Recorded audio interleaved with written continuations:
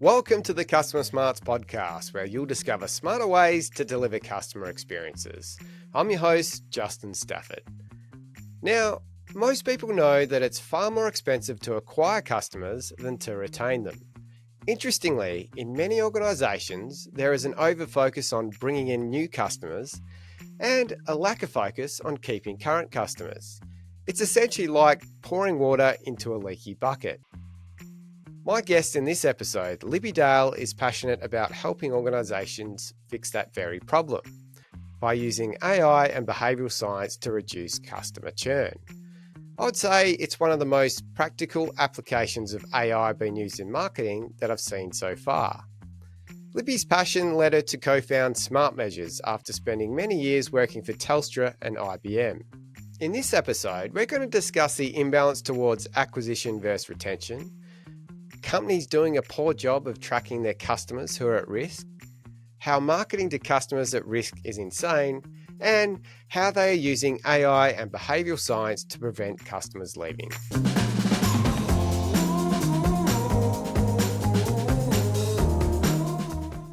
Welcome, Libby. Thanks for coming on the podcast. Thanks for having me, Justin. I'd like to start by getting your perspective on why there's often an imbalance towards acquisition versus retention. Most of us know that the cost of acquiring a new customer is, around about 5 times higher than the cost of retaining a customer. Yet inside organisations, as you know, there's often an over-focus on acquisition and that under-focus and lack of resource on retention. Why do you think this happens? I think large B2C companies feel that churn is an unavoidable cost of doing business. Now, chicken and egg, which came first? Did they feel that first, or is it as a response to it? I think churn reduction to date and retaining customers through easy means is a pretty difficult task. So to date, it's been difficult. So why not focus on acquisition? So acquisition's easier because it's more self-contained. You can undertake your program, have a acquisition program that you can report on the activity, and it's much easier to report on your activity than report on numbers of customers that are retained. A while ago, I heard an investor had an interesting take on this whole acquisition versus retention strategy. He invested, it was a US guy, and he was an investor in a lot of large B2C companies. And he was in a number of boardrooms time after time talking about investing in them.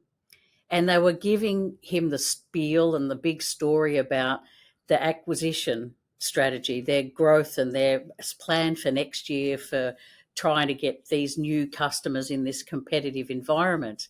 And time after time, he had in the back of his mind, what about the other 90%? What about the customers that we've got? Tell me what you've got in plan for those customers. And it was crickets. They just didn't have an answer for him. It's just pretty much a standard approach to maintaining customer numbers is to do it through acquisition rather than through customer retention programs.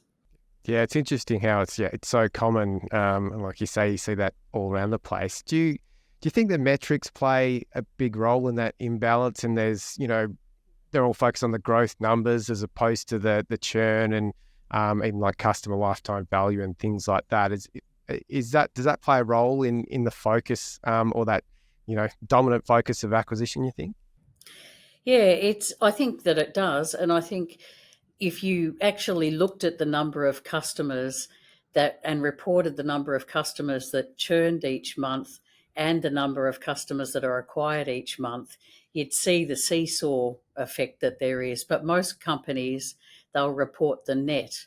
So their aim is to not go backwards.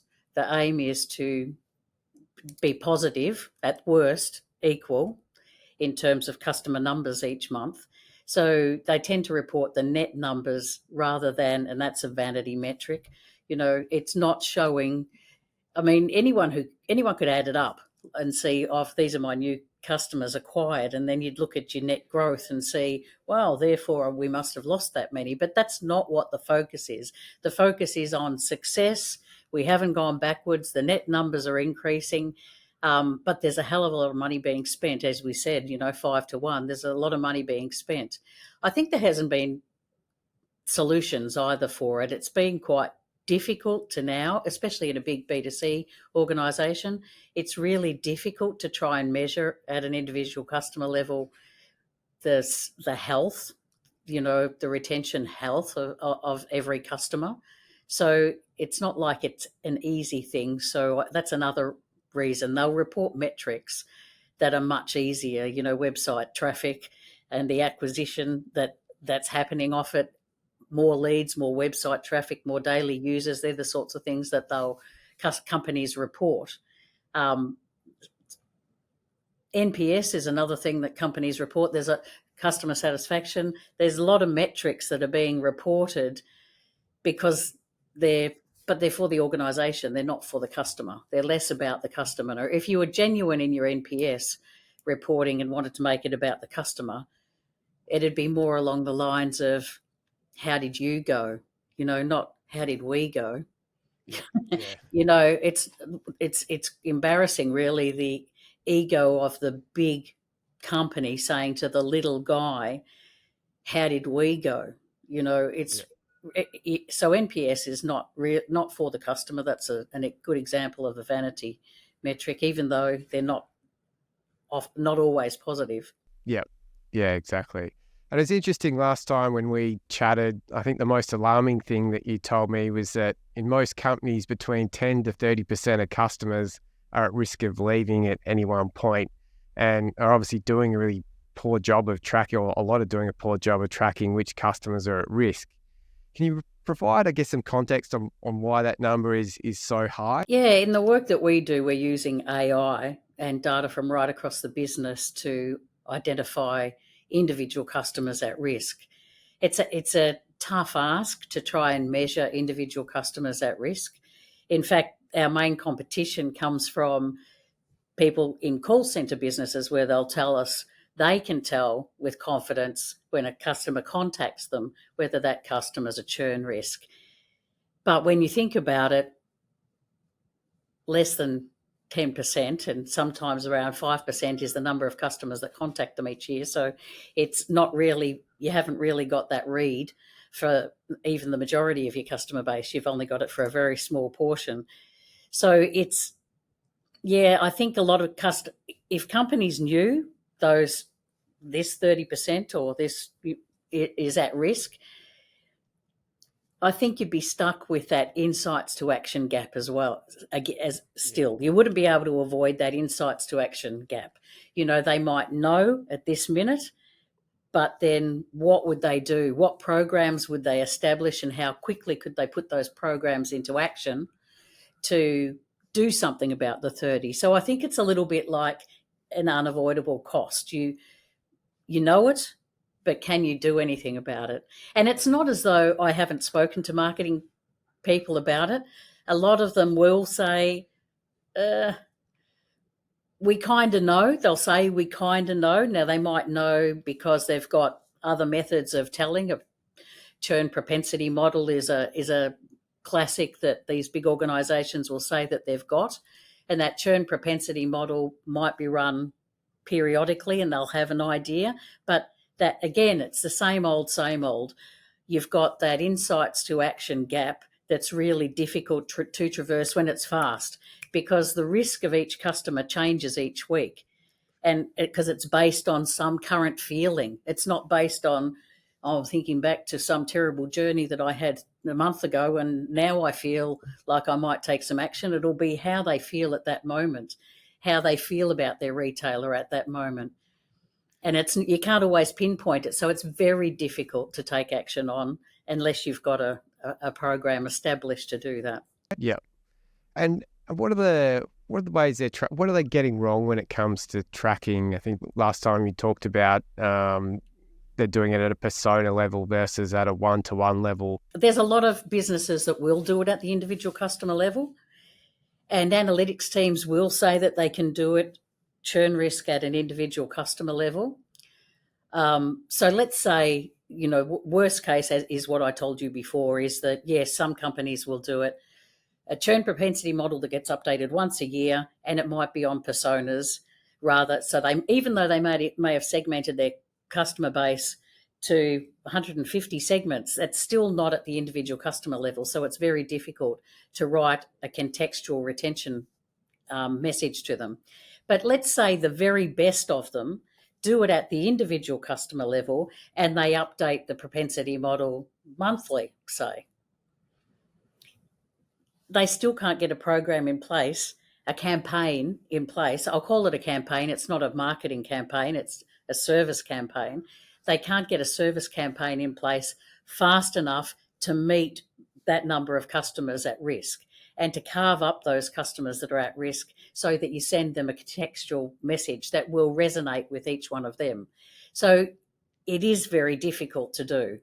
It does make it tough, let alone do it weekly, in the way that we do it. It is tough. It's anyone could build our solution. I'm not standing here saying that no one else could build our solution, but the approach needs to be weekly, and it has to, you need to reach out as soon as you know those customers are at risk. You need to reach out with something that's contextual and means something to them and changes their feeling about us. It's a behavioural change, a feeling change that you need to be able to communicate. Now, I want to talk about marketing to customers at risk of leaving. Across the board, I think email marketing is done, quite poorly. We all receive many junky broadcast-style marketing emails on a daily basis. From your perspective, just how damaging is it to send customers at risk these marketing or sales types of messages when they're at a moment where they really don't want to hear from that company because they're a little bit frustrated by them? How damaging is that? Even if customers are not consciously annoyed with the brand, it can still be damaging. When we started this, when we built this product, one of the first things that I wanted to suggest was, and it's never worked, so I wanted to suggest that to our clients, don't even put that customer into a marketing campaign. If we identify that customer at risk, try and exclude them from any upcoming marketing campaigns. But I got shut down, constantly. No one ever wanted to heed that message. But it makes me question, Justin, that whether these people are consumers themselves. Like, just imagine that you are peeved, and it's happened to me. I won't name any brands, but they'll send you a marketing message, and it just does annoy you. If you happen to be annoyed, if something's gone on, then it is really going to upset you. And that's the part that I don't understand. Have the people who say, no, I'm still going to send my marketing campaigns out, number one, that customer's not going to do anything positive based on the message that you sent them. So your campaign's going to perform worse than it could have if you left them out. And then secondly, you can push them over the edge. So I use the expression of saying it's akin to trying to talk someone down off a ledge by going in and talking about yourself. You really need to leave yourself way behind, and it's all about them. And if I use that, I spoke before about the NPS example. If we look at an NPS message that says, hey, Libby, you contacted us recently, how did you go? That's completely different to how did we go? Would you recommend us to your friends? You could even throw in, Libby, how did you go, and is there anything else we can help you with? Was your issue resolved? It's flipping it around. And that's, for some reason, again, difficult to communicate to marketing people. Look, we all get into our own space in the office, and we talk corporate speak. We don't speak the language of the customer, and we have our own targets. We have these campaigns to get out. So that's where we're focused, and I can understand that. So it is a difficult one, but I don't think you should market to customers who are at risk. Yeah. Yeah, exactly. It's funny how many, well, I've been in that seat, but other marketers I've worked with from a consultancy side, how they quickly forget what it's like to be a customer, and, it's all product centric, and just get this in front of as many customers as you can. But, yeah. It can be, like you say, very, very detrimental to those. What's the point if you're marketing to a customer who is a bit annoyed or is not showing signs of being very active? Is the actual point. And one of the other things that's of recent times is the customers unsubscribing from marketing messages. Yeah. You're even damaging your ability to be able to contact them again. If you send them marketing messages when they're not happy, they're more likely to unsubscribe, and then, excuse me, but you're screwed. You can't contact them. End of marketing, finished. Yeah. So that's the other part, the other reason that you really do need to tiptoe around at-risk customers. Yeah. You could be doing that kind of damage that if they unsubscribe, then you're really going to have problems trying to pitch to them and send them marketing messages when they could be receptive to it. You've done the damage and they've unsubscribed, and that's the end. Yep. Yeah, I always say it should be seen as a privilege to have someone's customer's email, as opposed to, that often gets abused, doesn't it? Yeah. So now I'd like to talk about the fascinating things you're doing at Smart Measures. Obviously, quite some time ago, you identified this challenge of organisations struggling, being poor at identifying their customer risk. And then you launched Smart Measures, where you use AI to scan large customer databases to identify those customers at risk, and then, like you said before, combine it with behavioural science to get them back on track to a better place. It's such a great combination. Can you talk us through some examples of how you've helped organisations prevent their customers from leaving, and some of the impacts that you've been able to have? So I guess to track back, my co-founder and I had this view years ago that there was a lot of data that was being used in the organisation, or not used in the organisation. Large organisation had data, didn't really use it to help customers, when we thought that it was an obvious way that you could mine that data and reach out proactively to customers. Like, that was just that idea that we had. And then we decided to both leave corporate life and build it. Let's have a go at building it. But the key was, as we've touched on before, the key was the data collected from right across the business could accurately predict when a customer is at risk of leaving. And the way that we've built this product is that our method of checking whether the AI is accurate is that we look back to last week at how many customers churned, and then we see how many did the AI get right. And so that's our method. If you rely on just the mathematical model telling you how accurate it is, it's like marking its own homework. It tells you how fantastic it is. It'll get a fantastic score, but then when you look at the reality, it's never as high as what the model said that it would be in the real world. So you've got accurate prediction, but the magic comes where that accurate prediction alone doesn't deliver you outcomes. The magic comes when you're able to change that customer's behaviour. So you've got an actual list of customers that are at risk, and then you apply behavioural science to change how that customer feels. And you do that by designing something that will have an impact. It's contextual, and it will mean something to that customer. So the components of the product that we've delivered to market are the prediction piece, collecting the data and predicting, designing treatment plans that will change behaviour using behavioural scientists to write those plans, testing them in a control group method of testing, and those that work to retain customers better than 20% effective, they get put into production, and then they're sent to those customers each week.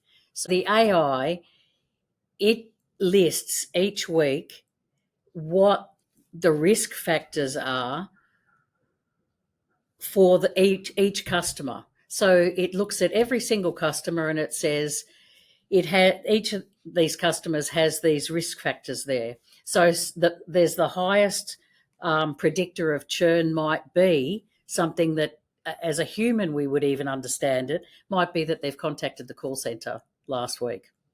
It might be that they've paid late on a bill.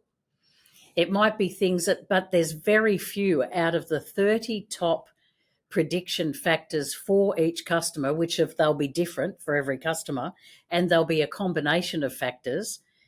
It'll use 4,000 signals per customer. So in the AI's mind, it has 4,000 ways that it can recognise you. And then it looks at recently churned customers who it also has 4,000 signals on, and it starts to say these active customers are starting to look a little bit like the churned customers, and that's when you get the alerts. And it'll alert you on the strength of prediction for the factors for each of those customers. So it might say if you've called a call centre in the last 3 to 5 days, but then over 5 days the risk drops off.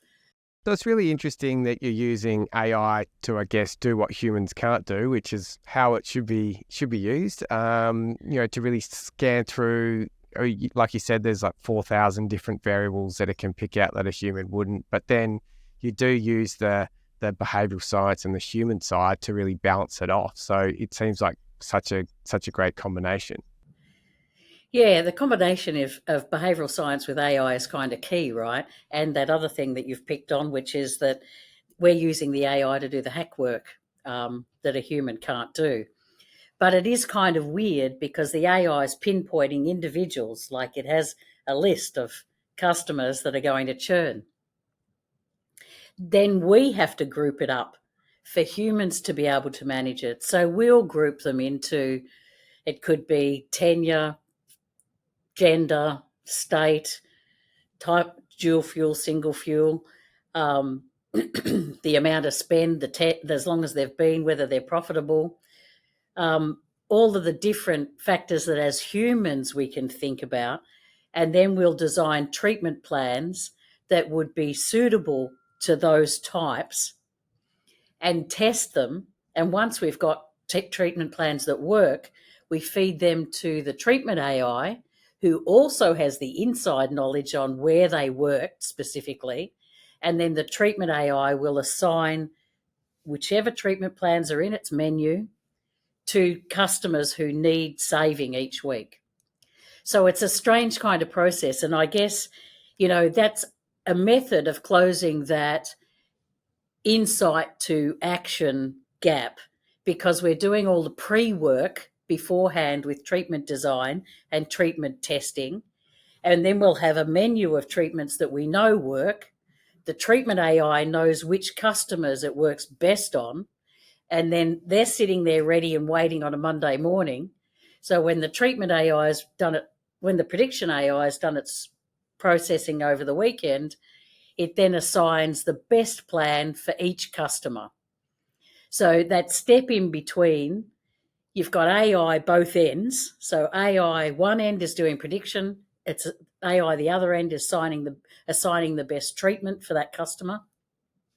In the middle, there's a bunch of behavioural scientists, CX specialists, and testing people who design the treatments and then send them to a group of customers, and then there's a control group, and you compare against the control group to see which treatments work. But can you share an example of an organisation you've worked with and some of the impacts that you've had with them and in using smart measures? I can talk about Simply Energy, who we've been working with for a while. We've been reducing churn year on year with Simply Energy, and it's at around the 20% mark. But the most important metric that I can share with you is the same one that was shared at the webinar. We've been returning them $3 in retained profit for every dollar that they spend on the program. And that's being returned every week, week on week. Yeah, that's amazing, isn't it? And what's next for Smart Measures? What's on the horizons? Well, the product was built to be able to predict a lot of different things. The AI doesn't know what it's predicting. So all you need to do is decide what you need to predict and then assign a behavioural scientist to then intervene and change behaviour. So we were at a conference last week where we launched our debt prediction software. So that's our next one, where again the AI will predict early, and it's all about early intervention with debt. Well, not that it's any different with churn, but it's all about early intervention with debt. You get in early, you change the payment behaviour, and the customer can actually address the issue when the debt is still small. Once the debt is big, you really don't have much chance of changing the customer behaviour or getting them out of the problem that they're in. But there were a lot of energy retailers, mainly the government-owned ones, that I heard speaking about debt for a number of years, that encouraged us to move on that. But we have done credit card, churn, home loan default. We've tested the AI on it in its prediction in those areas as well when we were building it. But debt's our next one. Well, unfortunately, it's time to wrap up. It's been so great to chat, Libby. You've given us a lot to think about, and it was great to learn more about Smart Measures. So thanks for coming on and joining me. Thanks for the invitation. Thanks, Justin. Thanks for tuning in. Some amazing insights from a great CX leader.